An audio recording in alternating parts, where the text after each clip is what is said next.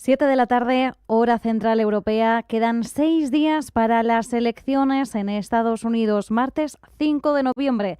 Poco a poco se aproxima y los estados clave se están preparando para un posible motín. Y es que los trabajadores electorales se están preparando para el peor de los escenarios, un escenario en el que pudiera repetirse lo mismo que ocurrió con las elecciones de 2020. Recordemos el asalto al Capitolio del 6 de enero de 2021, cuando un Donald Trump indignado se apoyaba en los republicanos, en los votantes de su partido, para intentar de alguna forma luchar una presidencia electoral que creía que le había sido arrebatada, robada en gran parte por los votos por correo. Los votos por correo van a tener un peso clave porque, por lo que sabemos, los demócratas se están decantando más por esta forma, por este método, en vez de acudir de forma presencial a las urnas. Por lo tanto, podríamos ver a priori una victoria republicana que podría tornarse en una victoria demócrata, o no, porque Donald Trump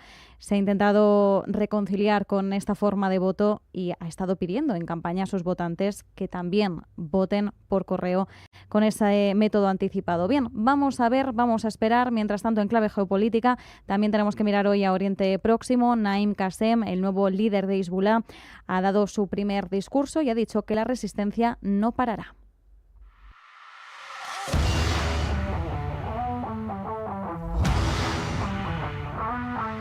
Visión Global, con Marta Isern, Radio Intereconomía.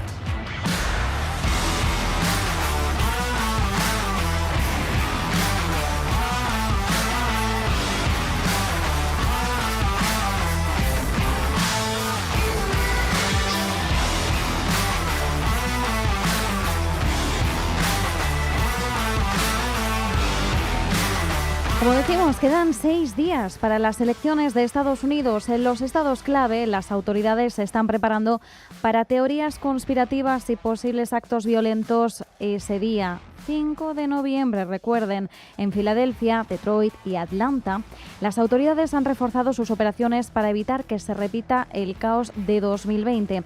El almacén de recuento de votos de Filadelfia está, por ejemplo, para que se hagan una idea, rodeado por una valla rematada con alambre de púas.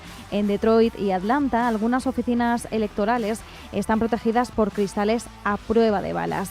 Daniel Baxter, director de operaciones de Detroit en el Departamento de Elecciones, explica que se están preparando para un motín.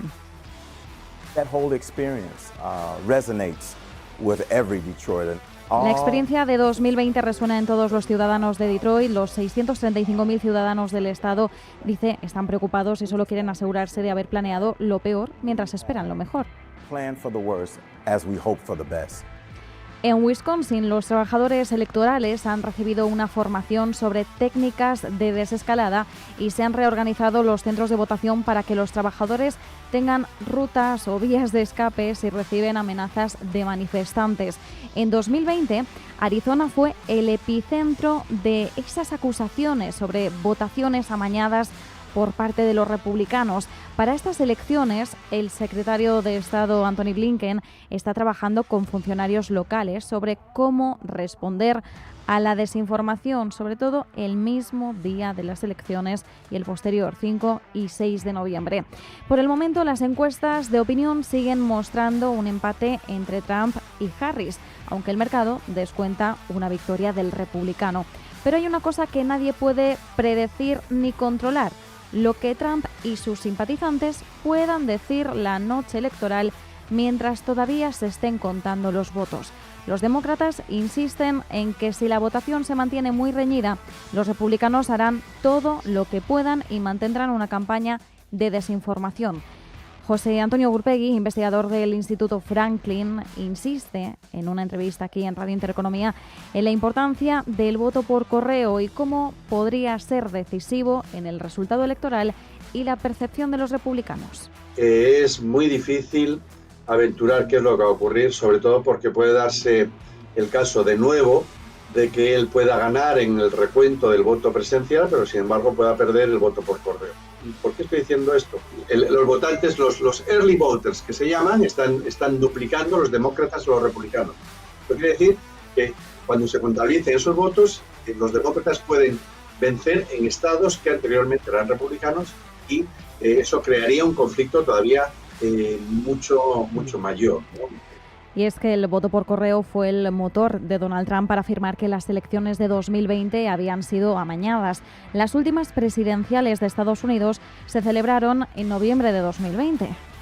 Recordemos, 8 meses después de que se declarase la pandemia del coronavirus, por lo que el voto por correo, como es de esperar, fue una opción muy acogida por parte de millones de votantes. Tras el resultado a favor de Biden, Trump desacreditó esta forma de voto, la calificó de manipulable y acusó a los demócratas de utilizar este método para arrebatarle la presidencia. Fue la leña suficiente para encender el fuego del asalto al Capitolio del 6 de enero de 2021. Sin embargo, Trump ha cambiado de parecer. En su red Truth Social publicó que tanto el voto anticipado como el voto presencial son buenas opciones y en algunos de sus mítines ha invitado a los ciudadanos a votar por correo. A pesar de todo, los funcionarios electorales, tanto demócratas como republicanos, afirman que se están preparando para una repetición de lo ocurrido en 2020. Ya saben, por aquello de más vale prevenir que curar.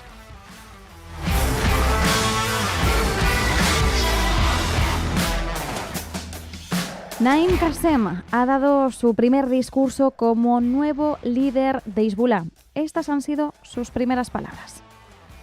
Escuchamos la voz de su traductor en inglés. Dice que empieza con un versículo del Sagrado Corán que guía y señala lo que pasó con los judíos a lo largo de la historia. Él, Todopoderoso, dijo que solo te infligirán daño y si luchan contra vosotros no saldrán victoriosos. Se infligirá daño, se harán grandes sacrificios, sin embargo, al final huirán y la victoria será para los fieles.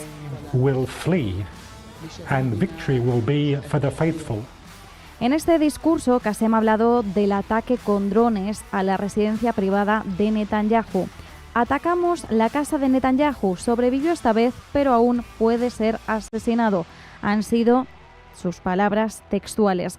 Un dron impactó la ventana fortificada del dormitorio de Netanyahu y causó algunos daños externos, pero el primer ministro israelí no estaba en casa en ese momento. Qassem ha dicho que el enemigo debe saber que los bombardeos sobre sus pueblos y ciudades no les van a hacer retroceder y ha insistido en que la resistencia es fuerte.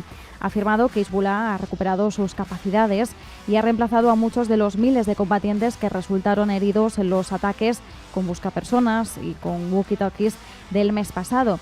Ha elogiado los ataques con misiles y drones en el norte y el centro de Israel, que han obligado a millones de israelíes a resguardarse en refugios antiaéreos.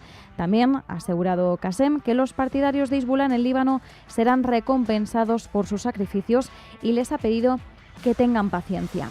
Mientras, Netanyahu y los funcionarios de seguridad de Israel aseguran que es hora de buscar un alto el fuego en el Líbano. Esa es la conclusión a la que llegaron tras una reunión que mantuvieron este martes encaminada a poner fin a los combates. En ese encuentro, una amplia mayoría estaba de acuerdo en que Israel ha logrado en gran medida sus objetivos en la campaña contra Hezbollah en el Líbano y que, por tanto, ahora debería centrar sus esfuerzos hacia un alto el fuego.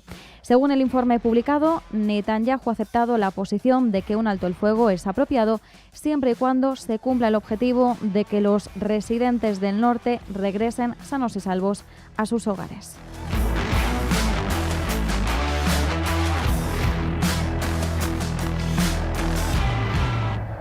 Y a las puertas de Halloween, quienes están dando el susto en Wall Street son los chips.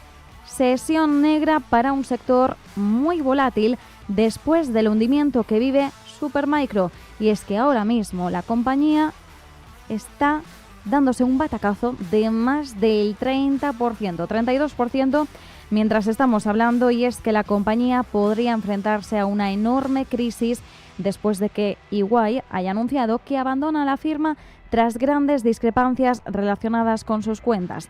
La auditoría asegura que no puede confiar más en Supermicro y se muestra preocupada por asuntos relacionados con su gobernanza.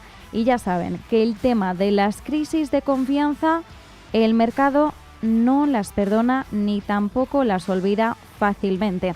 A tenor de esto que estamos viendo en Supermicro, pues estamos viendo a otras del sector despeñándose. Advanced Micro Devices cae casi un 10% en estos momentos. Qualcomm más de un 4%, Micron Technology un 3,6%, ASML Holding 3,4%, Microchip Technology 3,2%, NXP Semiconductors también un 3,2%. Bueno, y podríamos seguir así porque ya saben que en el Nasdaq 100 tienen un gran peso las empresas de chips semiconductores. Bien, pues EY ha anunciado esta decisión a través de un comunicado ante la SEC, la Comisión de Bolsa y Valores de Estados Unidos, y tenemos que retroceder unos meses en el tiempo. A finales de julio ya la auditoría comunicó preocupaciones sobre varios temas relacionados con la gobernanza, transparencia e integridad en las comunicaciones de Supermicro. Y a finales de agosto fue la propia Supermicro quien retrasó la presentación de su informe anual, algo que no gusta nunca nada al mercado.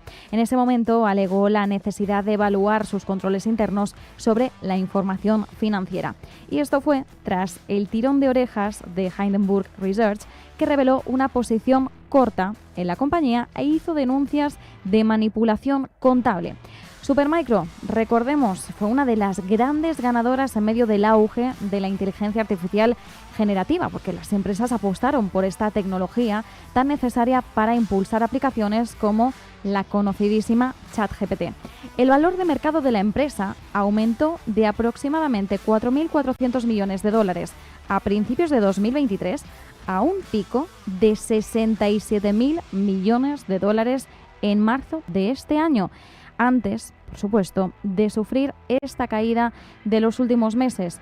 ¿Hablamos de un caso de auge y caída en Supermicro? Está por ver, pero como decimos, el mercado no suele perdonar fácilmente estas crisis de confianza.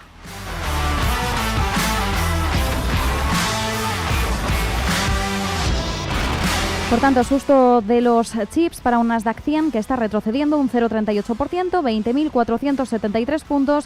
Sin embargo, sí que estamos viendo cómo se mantiene el Standard & Poor's 500 en subidas, aunque muy tímidas, del 0,03%, y el Dow Jones de Industriales repunta un poquito más, un 0,20% a 42.316 puntos.